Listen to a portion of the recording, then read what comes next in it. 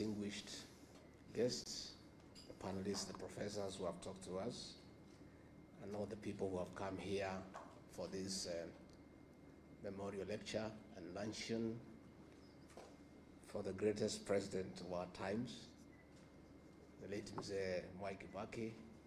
Good afternoon. I'm really very honored that I was invited to come for this lecture, and I want to thank the professors who spoke here to us about the leadership of Mzee Mwai Kibaki. Mzee Mwai Kibaki is a legend. He's a reference point in matters governance.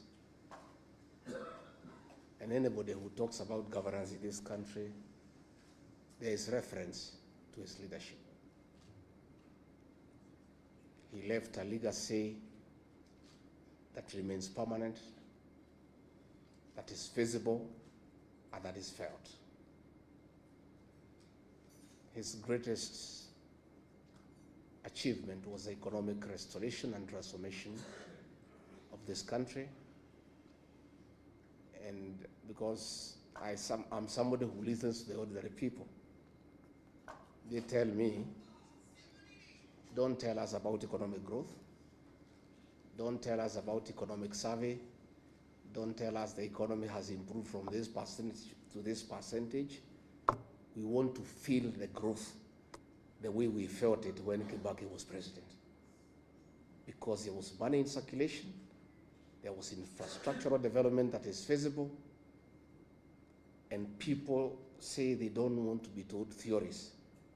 They want to feel economic growth the way they felt it when Mwai Kibaki was president between the year 2002 and 2013.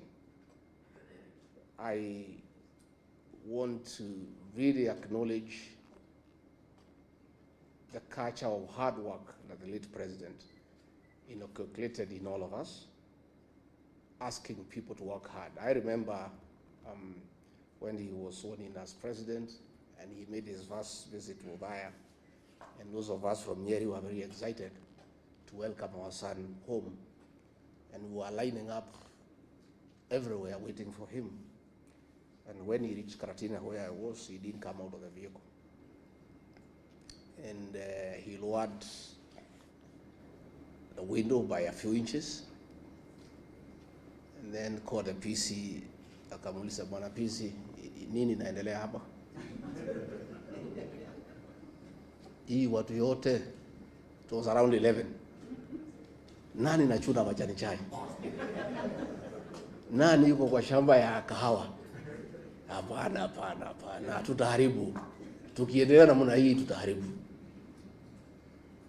He put the window up and drove to Ulaya. Nobody ever came again to meet Mwai Kibaki.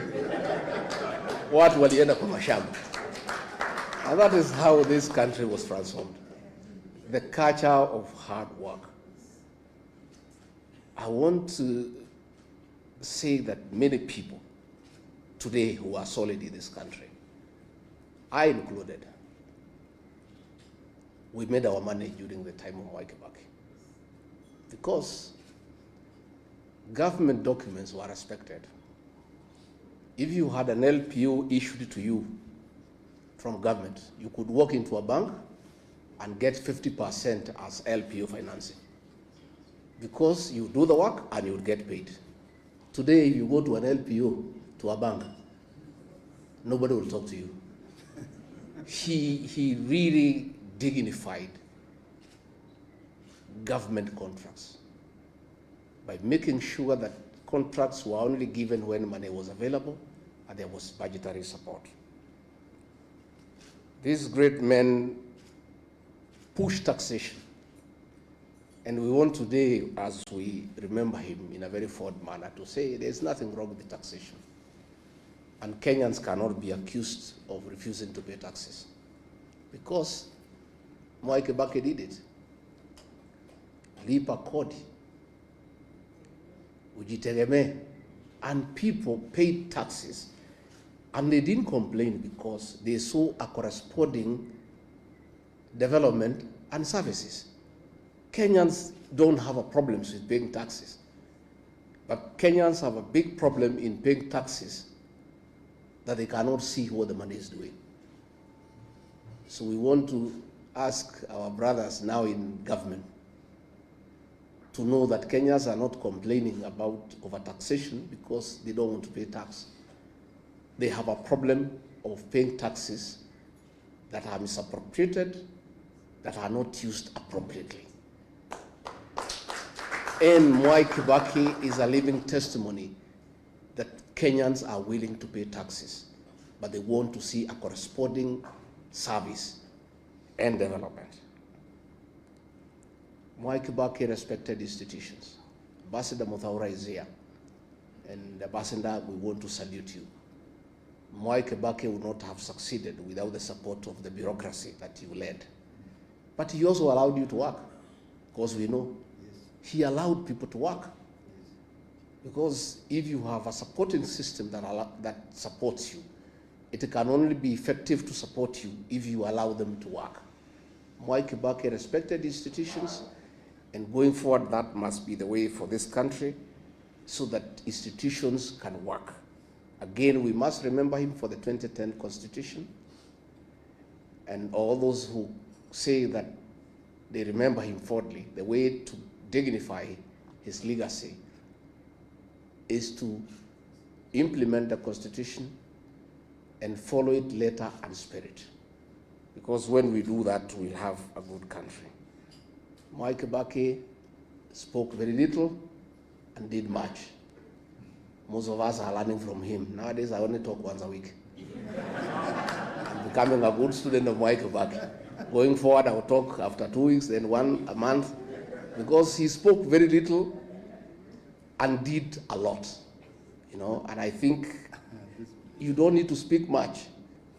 You just work, and work can be seen. And if you remember free primary education, it was real. Today it isn't. And Mwai Kibaki didn't have to talk about it. How kuipigia debe, he did it, and it was there for everybody to see and to feel. Let me, Judy and your siblings, thank you, because many people do not appreciate the place of family in leadership. There's no leader who can succeed if you don't have family support. The fact that Mwai Kibaki was a very successful leader in this country speaks volume of the support that the family gave him. And therefore, as we celebrate him, we want to honor the family for standing behind your father, supporting him at home, and allowing him to dedicate his life to the service of this great republic. Again, we also want to honor the Kibaki family because despite many challenges and temptations, you never allowed yourselves to be misused by entrepreneurs to spoil the name of your father and yourselves. Mwai Kibaki is gone,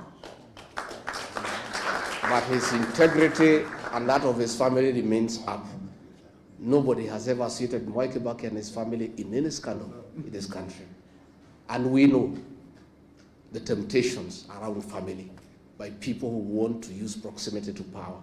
So you have really dignified your father because his name is good, and nobody has ever thrown him into anything that would have looked conflict of interest or commercial interest for his tenure in State House. He did a good job, and we want to really salute the family because that is really the way to go. Dr. Mukisa Kitui, we are envious of the cabinet you served at Mwai Kibaki, that you are allowed to speak. Justin Muturi and I can tell you, in the cabinet we served, it's only me and him who could speak. And that is why we had to be edged out. The rest are flower girls and praise and worship choir.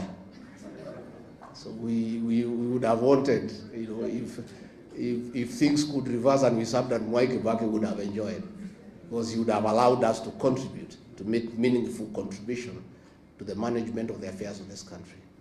Haji, I've heard you correctly about the place of DP in Othaya, but I'm more concerned not even about DP in Othaya. I am more concerned about the quality of leadership in that constituency that was led by Mwai Kibaki. A graduate of the London School of Economics, the greatest president of all times, a man who represented Udaya with wisdom, a man who was a good debater. Then when he was gone, the replacement of Mwai Kibaki, like today, it's a shame. Member of Parliament who never speaks in Parliament at all, who hasn't made any contribution on the floor of the House. And Udaya now is a pale shadow of the Udaya Adam Mwai Kibaki. Coming this general election in 2027, we shall talk to the people of Udaya to dignify the late Mwai Kibaki by looking for a quality legislator who, even if he cannot measure up to the level of Mwai Kibaki, can be there 60–70%. But the present situation in Udaya is embarrassing and is very demeaning to the late Mwai Kibaki and his family. And Udaya people are crying for a change, and we'll be having conversation with them so that they can look for quality leadership that can be able to hold the name of that great old man in high repute. So mimi nimeshukuru sana, tuko hapa na viongozi wengi ambaye sijui Haji unataka tuwapatie, unataka tufanye namna gani, introduce them? What do you want to introduce them? Yeah, tuko na the Honorable Eugene Wamalwa, kiongozi